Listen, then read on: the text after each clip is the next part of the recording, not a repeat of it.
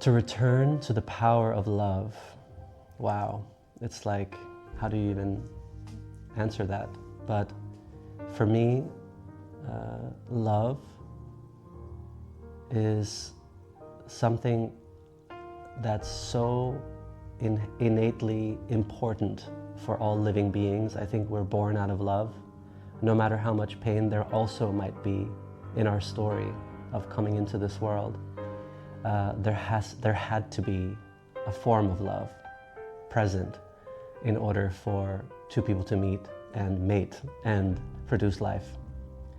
Welcome to In the Benefit for Others, a podcast where I, Lena Källqvist, strive to counteract polarization through thoughtful dialogues across disciplines, embracing the ancient Socratic art of conversation.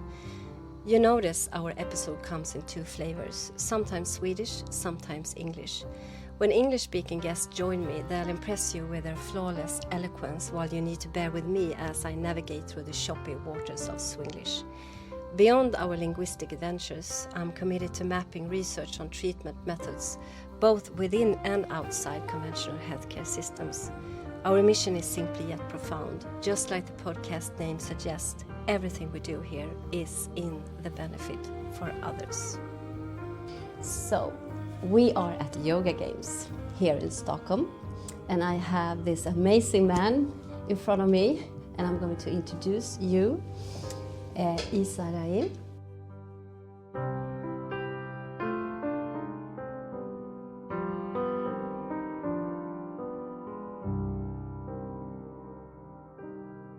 You are a holistic physical therapist. You're a craniosacral therapist, and you're a breathwork facilitator. As I met you yesterday during a workshop that you had breathwork workshop. It was amazing. So you are dedicated to integrative health and healing. So maybe we could dive into that for a moment. But before, I would say that you have a background in physical therapy and a deep interest in the mind-body connection. You combine traditional medical knowledge with holistic principles to support lasting well-being. Through mindfulness, movement, and conscious breathwork, you guide individuals to individuals. I always say in my podcast that they have to bear with me when I navigate through the choppy waters of Swinglish. So that is the case. You speak perfectly English, so you have to help me, maybe.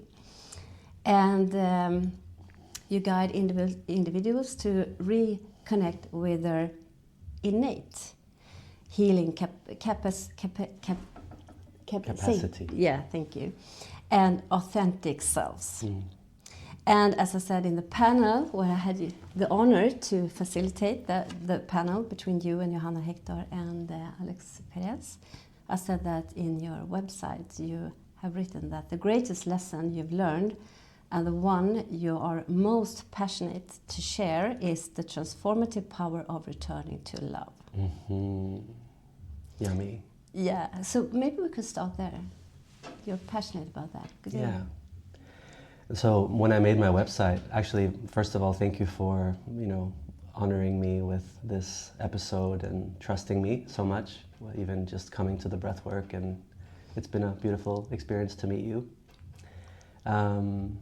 To go to this quote from my website. This is a website I made probably 10 years ago. To be honest, I'm very bad at updating it. But the message itself is universal and, undying. It's universal and it's eternal.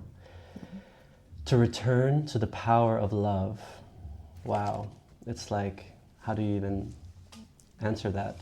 But for me, love is something that's so innately important for all living beings. I think we're born out of love. No matter how much pain there also might be in our story of coming into this world, there had to be a form of love present in order for two people to meet and mate and produce life. Right. And I think everything in the universe, this is going to a bit of a spiritual level, but everything in the universe has a magnetic pull, and everything in the universe attracts the opposite. And when two things meet, they alchemize. And so I think the transformative power of love is alchemy. It's to change something and make something new. One of my teachers recently, who's also a hypnotherapist and psychotherapist, she talked about love in a different way, where she said, actually, kindness is the most universal force of all good, or goodness, kindness or goodness. Right. Because love has become a word that we attach a lot of relational values to, so it becomes a very human thing. But goodness is the inherent capacity to, hold acceptance and curiosity and, those more whole values, because love becomes tainted sometimes. Does that make sense? Of course. Yeah. But I think you can love something and not necessarily like something. Right. Yeah. Yeah, You can. it is. I mean, we talked about relationships earlier today, and all relationships aren't easy, No. but you can still love someone and think they're not a nice person at the same time. Yeah, true. So I think when we talk about love, we go a little bit beyond like, and we talk about our goodness is the thing that allows us to see the beauty in everything and everyone. And that's the kind of love that is transformative. Yeah, it is. In my practice, I always say that the energy that is healing here is love. And my patients and clients, they just like, what? But it is. It is an energy that heals. Yeah. Yeah. So I it agree. comes in different energies, in different relationships, in different forms, and it's transformative. Yeah. Okay. Thank you. Yeah, thank you. So you also are in the trauma field, and when we spoke at the panel, and when we have talked, I know that you have a very, very, very deep knowledge about this. And so if we can start with the breath work. Yesterday, I told you also that I was a little bit afraid of going to the breath work. Yeah. And I went there just to be in your class because I was going to have you in the panel. So I just wanted to connect with you. And I thought that, okay, it's a breath work. But I went, and I'm so happy for that, because it was actually a life-changing episode for me. Just do it. And you did it very, I want to say calm, but not. You did it in a very smooth way, and you said also that we were not going so deep, which comforted me there. So and it was that, but it was deep as well. So breath work, what does it do? Yeah, I want to backtrack just a little bit and talk about my background, because I think it's relevant. Yeah. Please do. When I first started this whole knowledge building base that led to the creation of Essence Breathwork, which is the modality that I have created. When I was a physical therapist, to begin there, I took an interest in neurological rehabilitation. So for 5 years I worked in the government, and I did inpatient subacute neurological rehabilitation, which meant getting to understand what neurological injuries caused in different people. And apart from the very physical and very obvious objective injuries that people get when they get, a brain, an aneurysm or a stroke or whatever, there was also this whole aspect that wasn't really taken properly care of, which was the relational aspect and the ideas of how our perception is changed. Right. It's not just our motor function, it's our entire being that changes. And sometimes, everyone knows about locked-in syndrome, where you're kind of like locked into yourself and you can't really communicate properly because part of your brain that has to do with communication is Not done. working. Yeah. Maybe it's the language center, maybe it's the understanding center, maybe it's, so all these different things. And to me, also beginning to become a yoga teacher at the time, it became very daunting and very dissatisfying only to be the one allowed in the government kind of way to work only with the body. I felt locked in in my position. I understand. And as much as I tried to gently introduce things, kind of secretly, I was told not to. And that led me to become a full-time yoga teacher. I needed to be a rebel in my own way, and of course I wouldn't get the heavy neurological patients coming anymore, but I would get people, on the other hand, coming who were ready for transformation, who were ready to meet part of themselves in a different way. And that was instant gratification. And then, as years passed by, I tried many different modalities of breathwork. I went on a huge shamanic path and lived in the US in an ashram. So I studied a lot and I lived my experience. And I learned from my own trauma, which started very early in life, that I had all these patterns that I wasn't aware of. And suddenly becoming aware of them, that became very overwhelming, because suddenly I had all this work to do that I didn't know. As many of us, probably the listeners here, recognize themselves in, their patterns coming into the surface, and you're like, what is this? So a lot of the experiences that I threw myself into, I did it 130% or maybe 250% sometimes, Anything from psychedelics to intense breath work to whatnot, anything you can imagine. I was very adrenaline oriented, and I think I also learned quite quickly that cortisol is a real thing. Like you can get burned out, you can use all the adrenaline in your body, and you can use all the dopamine in your body, and then you're kind of left empty. And so when I started around the time of COVID, I came back to Denmark and I started to settle in my life here again. I started doing individual therapy again, giving individual therapy. And I also started studying relational trauma therapy and craniosacral therapy at the time.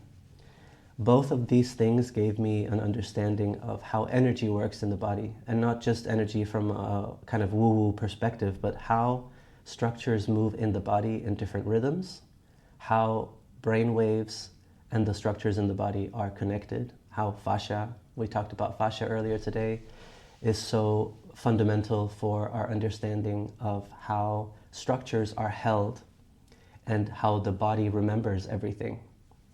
And so sometimes these therapies that I just mentioned are very logical in the way that they work, because, okay, so you have something happening in your diaphragm, and you breathe into it and you release it, and it's very physical. And sometimes it's not very straightforward. Sometimes it takes us deep into our emotions, depending on the trauma we know or we don't know, because oftentimes our trauma is very subconscious and held in a very physical sensation. And we will never understand the full extent of trauma. Which is interesting by itself. By itself, yeah, for sure. And maybe for those of you listening who are very much feeling like the need to understand everything in the mind intellectually, it takes a while to start to surrender and to open up to the idea that we don't have to understand everything. Because, and what we know is that very little of our brain capacity is actually used for thinking and understanding. A lot of our well-being comes from a very somatic perspective, which means to be in the body and to be comfortable in the body. And so trauma therapy, polyvagal theory, different theories about the window of tolerance and all these things helped me understand how I was more comfortable in a higher arousal state, so more sympathetic. I felt more comfortable, and I was probably, I would say, a more restless person, and a person that needed constant stimulation in order to feel comfortable. So the comfort zone was not necessarily where I was developing. And then having a high threshold for sympathetic activation also meant that the window to the top wasn't that tall. So whenever I would go into breath work, almost every time, I will say, I hit the roof of anxiety and I would go into dissociative states. Mm-hmm. And these things happen so quickly and so quietly that you don't actually notice because it's a survival strategy, right? Mm.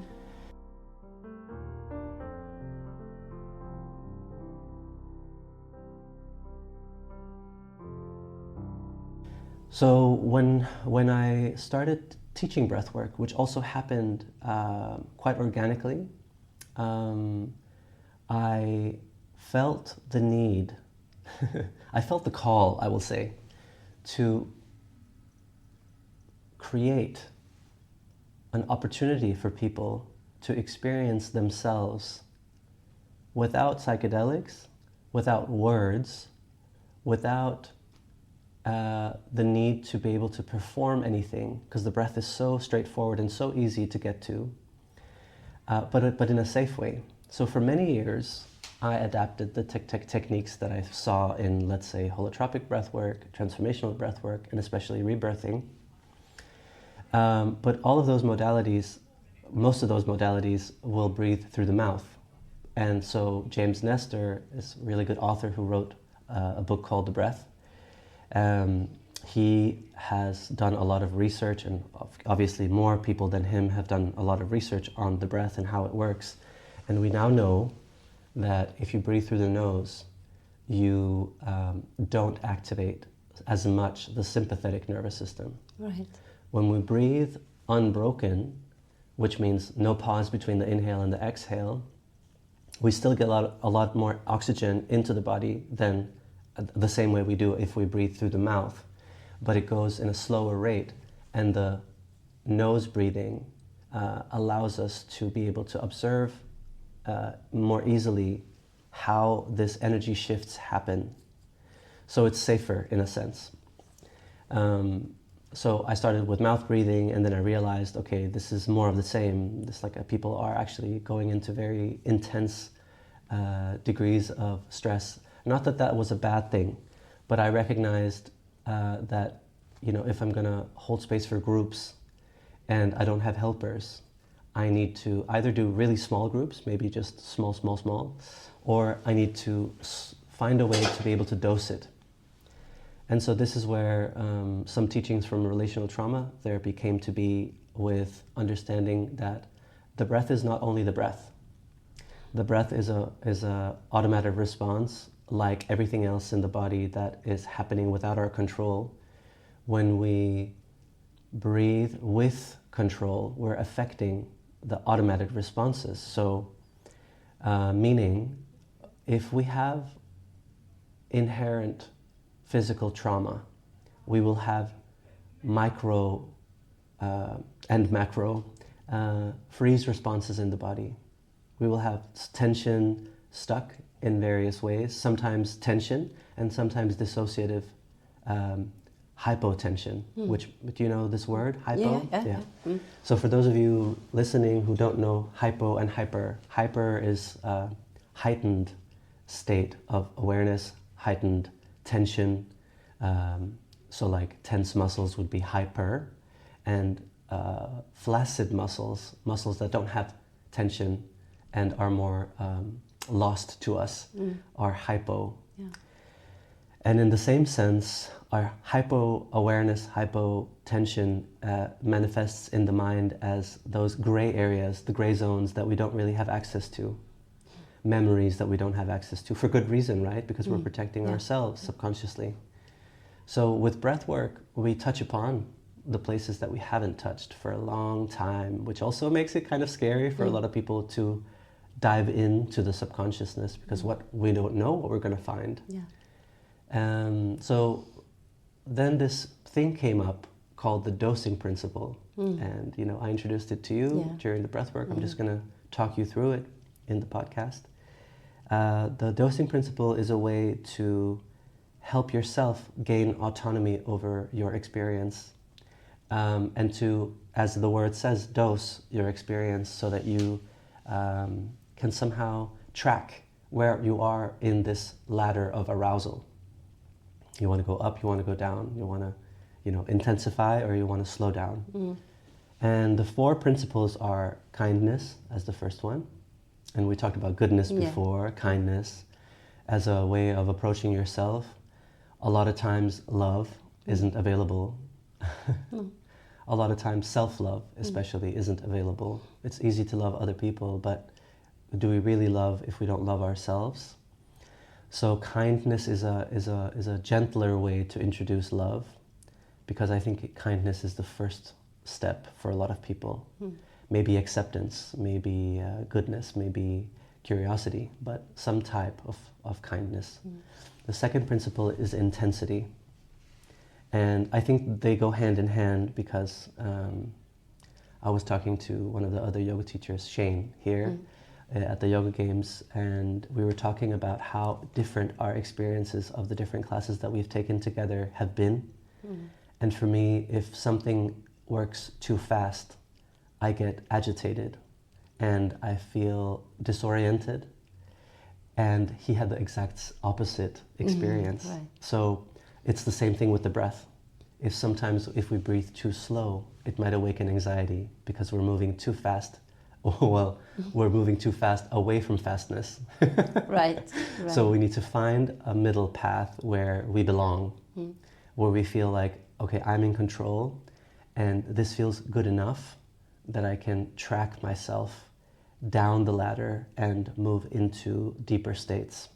So breathwork can be about breathing intensely for a long period of time, but it's not necessarily the thing that opens the doors.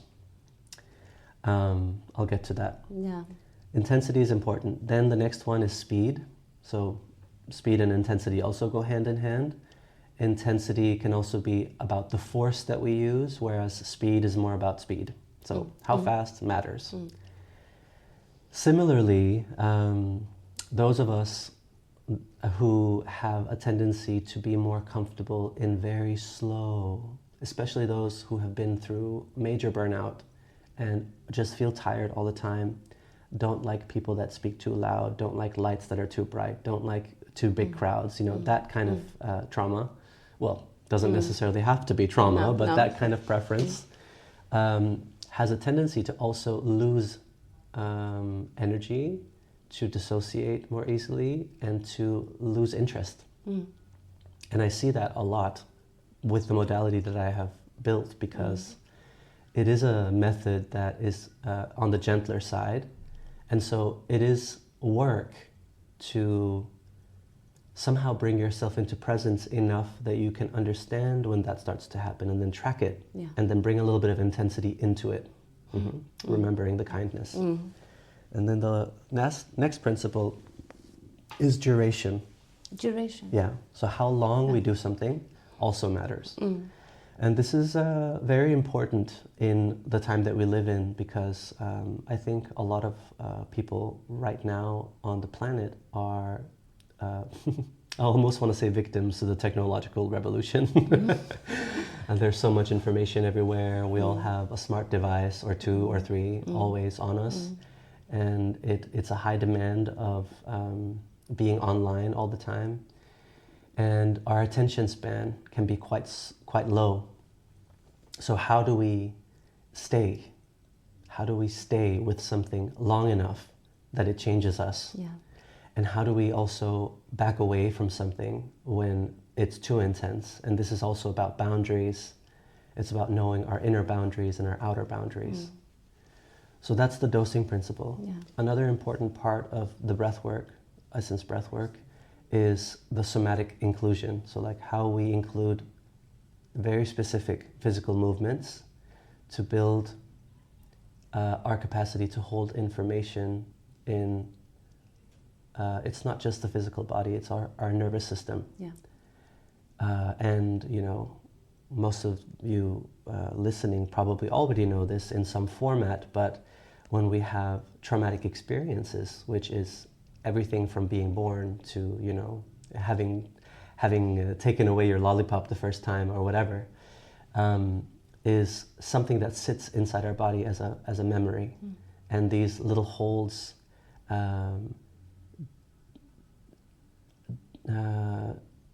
they kind of don't allow us to be exactly 100% always comfortable in every setting. Also meaning that we don't always have access to our full capacity to be present. If we put it like that, then it's a little bit broader. So presence is many things. There's mental presence, there's physical presence, there's energetic presence, there's, you know, relational presence, and eye contact, and contact in general. To be here and now is very big. And oh my God, I can talk for hours just about that. Please do. But I will track time, so you just okay. Continue. So yesterday in the panel we also talked about brain waves and our where we feel comfortable living from, and without overcomplicating it too much, it's the ladder of arousal again. Like, we all have a window of tolerance of where we feel comfortable living, and the micro trauma in the body, the hypo and the hyper tense areas, either hold a lot of information, or they have let go of a lot of the information that allows us to be present with our full body capacity. Yeah. So the neurocentric exercises come in as a support to bring us online, both to release tension, but also to awaken tension in the places that we have become hypo. And so these exercises are pretty straightforward and banal in a way, because they're like, oh, we move the ankle, we move the knee, we move the hip, we move the pelvic floor, we move this and that. And the importance in doing this before breathwork is, if we are, in fact, very one or the other, and we all have, everyone in the world will have areas that are hyper and hypo, then there's a big chance that those systems in our body will take over once we start breathing. And we need a little bit more containment before we enter a process like that. Yeah. This is my opinion and my experience. So, you know, there's many ways to do breath work. Yeah. I just chose something that feels, and in my experience is, safer. So that when people have these transformative, deep experiences, that they somehow know and feel how to navigate in them. Yeah, it was actually what I felt with you. It was just like that. It was very safe. It was a safe way. You have a very safe voice, and you have a safe presence, and you were holding us. We were kind of big group, and you have a helper there as well. But I think that might have been the thing for me, that it was so transformative for me. It was just like we were breathing more through the nose, right? We had some that breathe out through the mouth. Breathe out through the mouth, yeah. So, and I was thinking that, okay, I'm in charge, because I think that the exercise where you led us through were a exercise for pacing and leading myself through you and your how you hold it, what you told us to do. Guidance. Yeah, but it was very much kind of, okay, I can pace and lead myself through this. So then I dare to go a little bit deeper. Yeah, yeah. So it was actually a wonderful experience. And when you do this, you're living in Copenhagen now? Yes. And so if the listeners wants to come to your classes, how can they do that? Without maybe you come to yoga games. I would love that. Yeah, and I would love to come back to Stockholm actually. So yes, I'm based in Copenhagen. At the moment, I am searching for a new studio to host in Copenhagen. But outside of Copenhagen, I'm hosting almost every month in the north of Zealand. So it's about an hour from Malmö. Yeah. And apart from the workshops that are 4 hour long, and maximum of 14 people, held with helpers, you know, there's a lot of safety involved in that. And the reason why we hold smaller groups is because, first of all, integration is a very important part of the deeper workshops. Yeah. If you do an hour, you know, it's limited how deep you can really go. Although I will say we've had some pretty deep experiences here at the Yoga Games. But integrating your experience is many things, but just making sure that you have looked someone in the eyes and spoken a few words about your experience can be a very helpful way to get out of isolation, which is also a trauma pattern for a lot of people. That was one of my questions, actually, because I thought that was a very good thing to do. We started, right? Yeah. We started to do that with a new person. Yeah.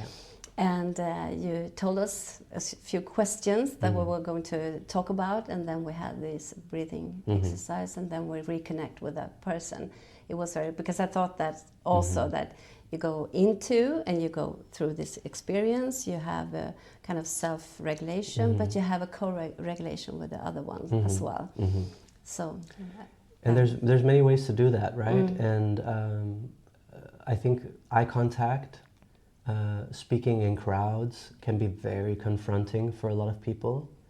And at the same time, confrontation can be okay if it's managed in a safe way. And, you know, that's also a big question. What is that? Because it's different from person to person. yeah. I think knowing when you come into a process like an Essence Breathwork workshop, you almost know to expect that, because I also explain everything we do is part of the process. Yeah. Nothing is random. No. We don't gaze into each other's eyes for fun. No? It's a way to really understand that we are in a relational space. Yeah.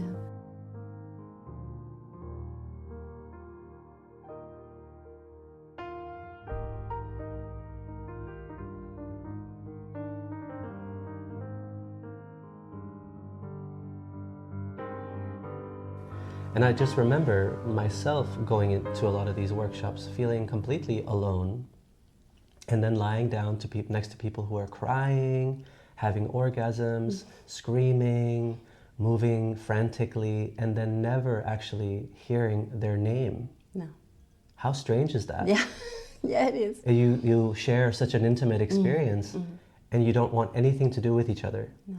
Not that you don't want to, but you don't have, because the teacher won't facilitate a space where we're sharing.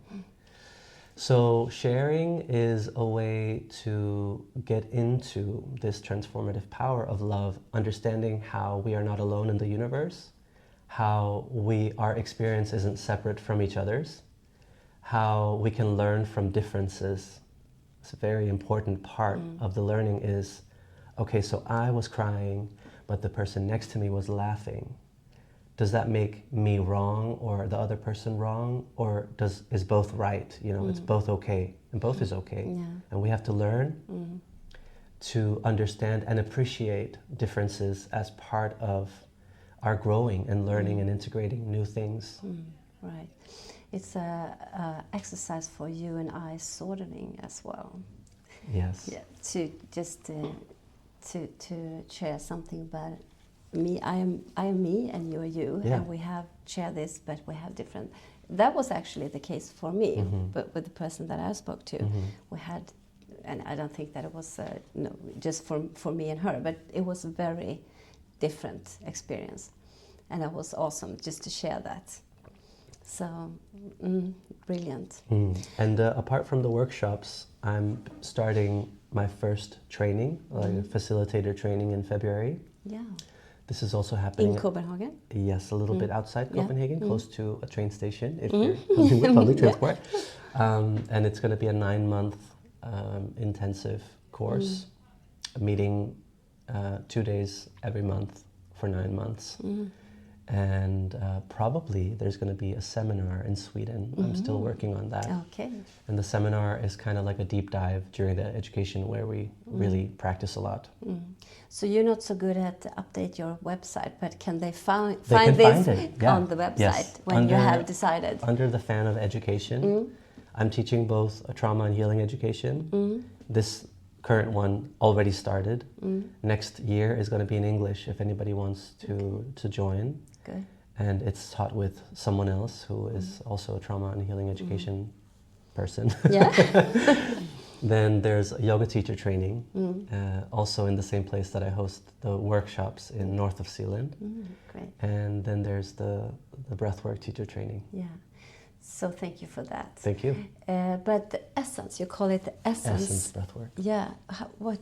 Tell me, what is Interesting that you asked the question, because for the first 4-5-ish years, I called it sacred breathwork. Okay. And sacred, I think the breath is sacred, and that was, the very pure intentional reason to call it that. But I also heard from a lot of people that they felt triggered because sacred can have connotations of religious or spiritual intention.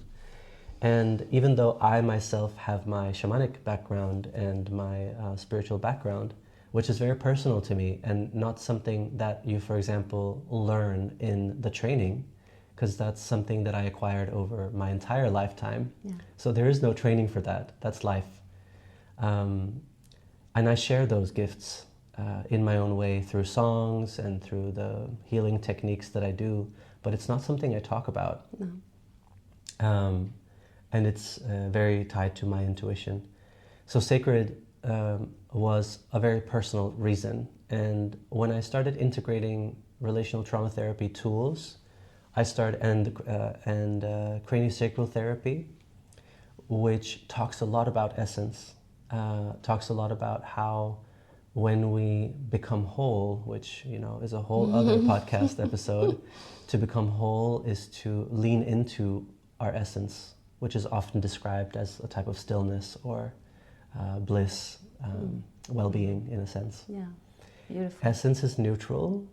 It's the condensed, it's like the oil inside the nut. Yeah. Like you can't see it, but you know it's there. Yeah. If you squeeze the nut hard enough, it comes out. But also everyone has an essence, everyone has a core, everyone has a place inside themselves that they can return to.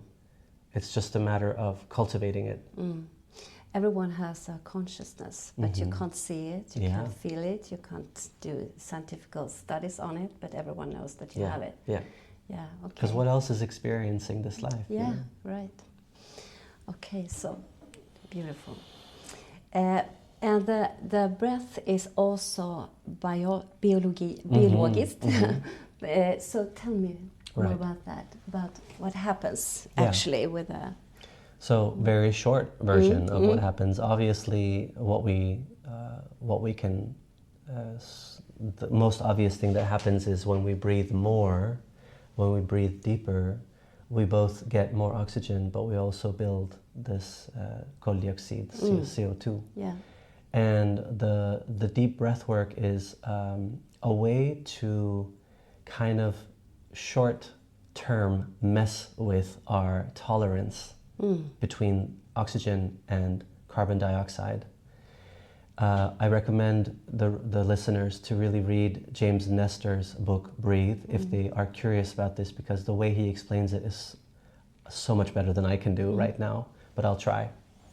When we push the boundaries of our ability to hold CO2, we also push our lungs response, not just the lungs, but our nervous system response to this barrier of, if I get too much carbon dioxide, some of us feel like we're going to die.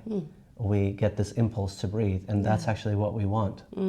We want to gently, slowly, in a kind way, push our limits to become more resilient. I think 99 or something % of the world aren't breathing properly.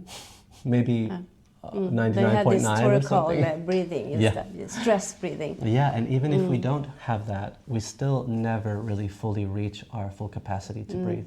It's the same thing with our brain.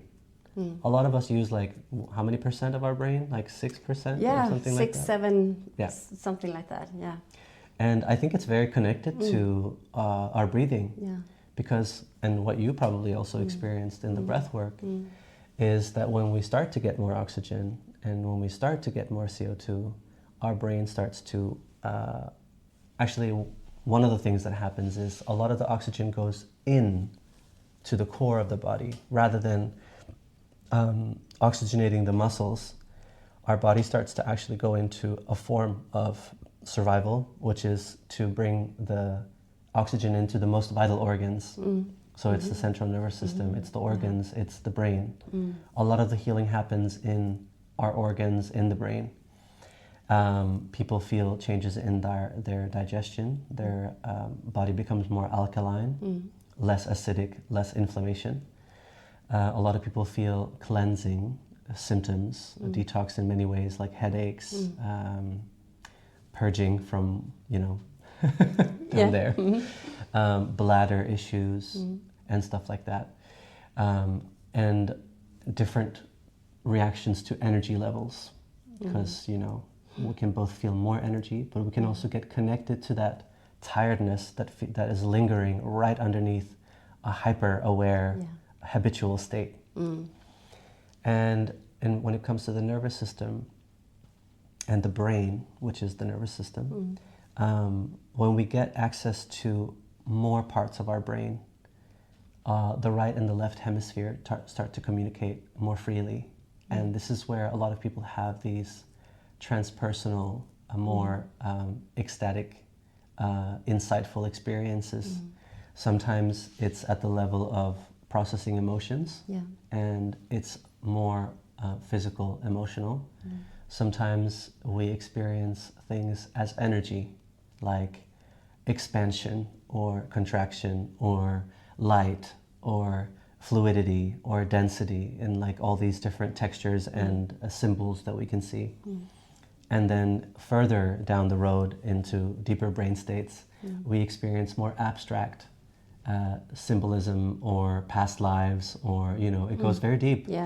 So it's unpredictable, but there is definitely a big field of almost psychedelic experiences. Well, maybe not always, almost actually psychedelic experiences, because we do know that we have DMT inside our brain, and that sometimes it is released in these experiences. So if it's not like fractals, which is these like kind of kaleidoscopes of patterns and whatnot, sometimes it's literally images and messages coming from the other side, whatever you want to call that. And sometimes these messages are very direct and very precise, and other times they're a little bit more abstract, and it takes us a while to integrate and understand. Why did Buddha sit on a eagle over Mount Kailash and tell me to be more this and that? Sometimes it's like very specific. And regardless what it is. And another very important thing is the stillness, which I think most people are connected to somehow at some point during their breathwork, the deeper journeys.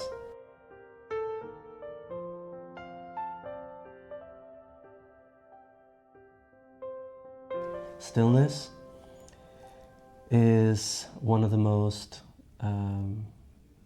talked about and praised qualities of the deep states of meditation that the yoga tradition honors and talks about. The dynamic stillness, samadhi, whatever you want to call it. It's like this place where we go and we kind of reset. We not just reset, we also recharge. And a lot of us never learn to be comfortable in stillness. So it's not just about being quiet and nothing happening, but everything is happening in that stillness. In the kind of emptiness or the stillness. And I would say that we use 6 or 7% of our brain. I think that this is one way to also understand that we might just use 6 or 7% of our nervous system and all the information that is coming from the nervous system. And this is a way to come into and develop communication with your own nervous system. So that was actually my experience as well. I had a message from just coming. Oh, wonderful. Yeah. And it was like, what? It has been a process to that, but it came. So I was thinking about that after also, that for me in the biology of it, right. it's like start to have the corpus callosum between the left and the right hemisphere to start working, start communicating. Exactly. We can do that in a lot of ways, in movement and so on and so forth. But it was actually an experience of that, to come closer to the nervous system. Because we know that through polyvagal theory, for an example, we know that it's a lot of bottom-up information. Before we thought it was top-down, now we know it's bottom-up, and that you just are there doing this with other people, but by yourself, right. and come into that. It was a very interesting experience, actually. And we know that also that the breath is straightly directed to the vagus nerve as well. All the other was cranial nerves and spinal nerves as well, of course, but the vagus nerve. So it's very interesting, and it's neuroscience. As we began with, you were working with neuroscience, neuro treatment. Right. This is neuroscience. Now that you mentioned the vagus nerve, the 10th cranial nerve, one of the most important nothing functions on its own in the body. No, so we can't like separate the 10th nerve from the brain or anything else, but it is a very important new understanding, newish, that we have now, that the vagus nerve has all these branches, one of them being the social network and our vagal tone and how we meet the world. So to be in the ventral state. The ventral state, right? And thank you for clarifying that. And the ventral state is all about being open to meeting the world. And, how many of our traumas are relational, right? All between you and you, me and me, also. Exactly. So I would say almost everything. Yeah. Very few traumas are purely, I hit myself, or, obviously, natural disasters and stuff like that aren't necessarily relational, but you can have a relational trauma in that. So anyways, long story short, to include that we are human in these experiences are very important, and to keep an understanding of how what we experience is almost always tied to a past experience, because we haven't learned to be human on our own. No. We haven't learned our personality from a book in school. We learned it through observing other people, mirroring their behavior, figuring it out little by little. And so, we talk about if people had a difficult childhood and growing up with parents that were unavailable in some form, how are we going to learn to have good values and to take care of ourselves? It takes a lifetime, Yeah. And many lifetimes, maybe. Lifetimes. We know. And then there's the other branches of the vagus nerve, which goes into the heart, the lungs, the digestive system, different organs. Everything that happens on the inside is touched upon when we activate the vagus nerve. Yeah.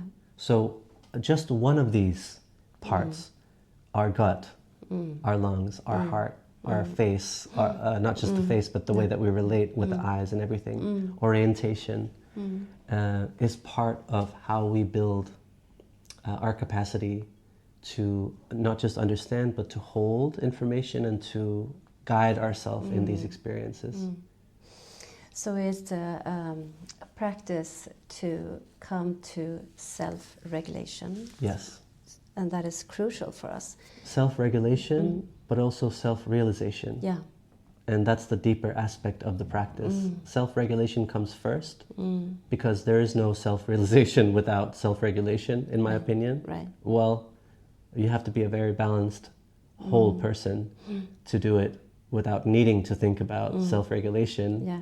But then you might already have self-regulation if you are like that. Exactly. So it comes through that. I mean, let's face it, we always self-regulate. Yeah. But sometimes not in the most beneficial ways. Right. If we smoke a cigarette and drink 10 cups of coffee. We can have a lot of coping, that's also regulation. Coping mechanism. Coping mechanisms, that's right. Yeah. Okay, so yeah, so I have a lot of questions, but what do you want to do? What's your mission now? Good question. You're thinking in a broader sense? Yeah, what's your mission now? Where do you want Well, to go? what I'm really excited about right now is, and honestly, setting up a training in this has taken me many years. Yeah, of because I course. have a lot of tremendous respect for my own teachers, for all the knowledge that came before me and before gathering all this knowledge into one thing. And I feel a tremendous responsibility, and I'm almost like shaking as I'm saying this, to educate others into bringing this forward. And it's been a humbling experience setting up the training, writing the manual, which I just finished last week, thank you, and finding the right people to collaborate with to help me, to supervise me in this process. Because I'm not, I try not to be egocentrical enough to think that I have all the answers and that I know best. No. Everyone knows best for themselves, and that's the whole point. Yeah. So if I'm not held accountable for the things that I say and how I say them, I can't grow. So it's part of my growth to do a training, but it's also, it feels so important to me to help start change the culture around how we approach ourselves in a larger way. So I have very big hopes for Essence Breathwork as a modality that can help a lot of people in a trauma-informed, safe way to do the transformative work without getting lost, without furthering the trauma patterns, and to feel inspired again. Yeah. And I think it's this flavor of feeling inspired to become curious again and to let go of the limitations. It's a piecework. It's piecework, Yeah, piecework in a very big way. Yeah. So I don't know exactly where it's going to lead to. I think right now I went through a lot of, I've been teaching a lot, and that has been a dream come true, to be able to share what I know. And it's still happening. So in terms of what's coming, it's already coming. It's already happening. I can't wish for more right now, but I also do see in the corner of my eye, when you ask me this question, I see it growing and becoming a community. Essence Breathwork might have been something that I put together, but it's not my creation, it's all of our creation. Yeah, it's like, yeah. I have to thank all my teachers. I have to thank all the yogis and the shamans and all the different things that came together to help us have this experience of wholeness. Yeah. So as a trauma therapist, I think that it's the essence, your essence of the breathwork can hold traumatized persons. Right. As you have explained beautiful during this conversation, but a traumatized person is... Good question. Yeah. Yeah. Please. I kind of understand where you want to go with yeah. this. And we had it up yesterday when we talked about it. If you are severely traumatized, and examples of that could be intense PTSD, high levels of anxiety, a very dissociated person, there definitely, or if you have a diagnosis, if you're on different types of psychopharmaca, you need to proceed with caution. Yeah. If you're psychotic, it's very not recommended, because bringing more energy to a system that's already overloaded and more information it actually can awaken a psychosis. Then you have to work with a healthcare provider that's very educated at the same time. And you can maybe do individual breath work, slowly, dosing very little, learning how to build your tolerance. And I mean, do I believe that it can absolutely help people that have severe trauma? Absolutely. Yeah. Do I Your believe way that... to do it. Your way to do it. Because I have not done so many, as I told you, but I got frightened when I did this with a... Same. Yeah. When it was breathing with the mouth, it was terrifying for me, actually. So that's why I was also very sad. Should I go to this? But I don't know. But your way, the essence of it, and breathing mainly through the nose, that was perfect. Only breathing through the nose. There will be times in the training where if we build our tolerance to a certain level that we don't have any trace of, well, you can't say any trace of anxiety or like chaos, then you can start to open the mouth and go even deeper. Yeah. But it is you have to know what you're signing up for. And this is why there's like all this information, right? And another thing to answer that question is... I just want to say that it's also the dosing. Exactly. It's the dosing that was so brilliant with the dosing and to have the knowledge about it. And you also informed us about that from the beginning. Yes. So it was very held through the dosing. And that's why I thought also I felt that I can pace and lead myself 100% during this. And so part of the dosing is if you're alone with your therapist, I mean, it can go two ways, because on one hand, you're more confronted. On another hand, there's less information. On one hand, you can't hide. On another hand, you know you're seen. So it's about understanding. For a lot of time, I didn't want to go to individual therapy. I only went to yoga classes, to breathwork, to things where I was able to hide in a group, group meditations, all this kinds of stuff.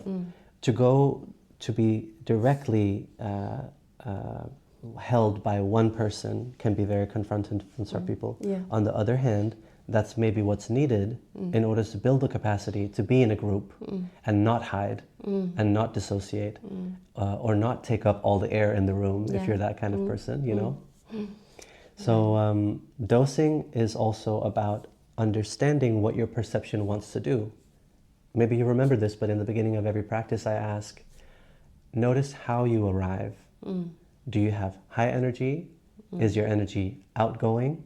Is it ready for contact? Do you have low energy? Is your energy internalized? Are you curious about what's going on here? So noticing and normalizing it. And how do we learn how to listen? That is also to just put in the self-regulation. Exactly, yeah. Together with you to do that. So I actually don't remember so many things about that because I was so deep in the process. But when you say that, I can reckon that I heard it. So it was very good. Yeah. And today I'm going to your yoga class. Great. Later on. So you said that you have this yoga teacher training as well. And what's your thing with the yoga? What will we experience? Right. So the yoga teacher training is a collaboration with two other people. So it's a hatha and yin combined training. The two people that I teach with are also people that have had chronic stress or chronic pain. Two different. And in that sense, we're all three nerdy about the nervous system and how to treat a Western body, basically. All of us have something, right? So it's a mature training. It's not necessarily so much about learning fancy poses, but it's about what is the journey of yoga in a Western body. Yeah. So with the neuroscience aspect of your knowledge into that. Van Kolkas has said in the panel, he says that this is neuroscience, and it is neuroscience. And when you explain it, you know the neuroscience behind it. So you put it in there. So is that what we're going to experience today in the yoga class as well? I mean, always. I try to, I think this class is called Soft Resilience or something like that. I planned it 6 months ago. I know. I think it was the title of it.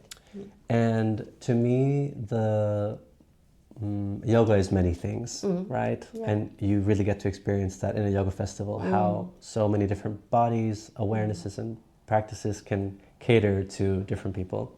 I love having fun. That being said, to me, yoga is not only about having fun. It can be fun also to be a little bit more serious in the sense that you how do we show up for ourselves? And yoga is a practice that, you know, to go into the whole cliche understanding of huge, yoga means to meld, to yoke the body, mind, and spirit. And we can do that in many different ways. To me, I cannot unlearn the dosing principle. No. So to me, it's looking at it with those glasses of arriving, finding some level of like, how do I welcome myself to this practice? Yeah. How do I find kindness? And it doesn't necessarily have to be those words, but it can look in many different ways. And to give people lots of options to move in a way that feels nurturing for their body, but also challenging, right? Because otherwise... We have to challenge ourselves we have to be as well. challenged. Yeah, we love that. Yeah. Okay, so we're kind of ending up this episode. I have just been sitting here listening to you. Oh my God, you have so much knowledge. But before we end up, is there something you want to put out there? Do you want to say to the world that you want to tell before we start? Stops. Yeah, I feel like I've already said it, but it's powerful to repeat that. I think if there's one thing that I hope you listeners take with you today is aspects of the dosing principle, actually.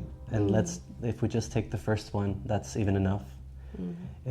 How we show up for ourselves is the first and foremost ingredient in changing our entire experience of living as a human being in this world.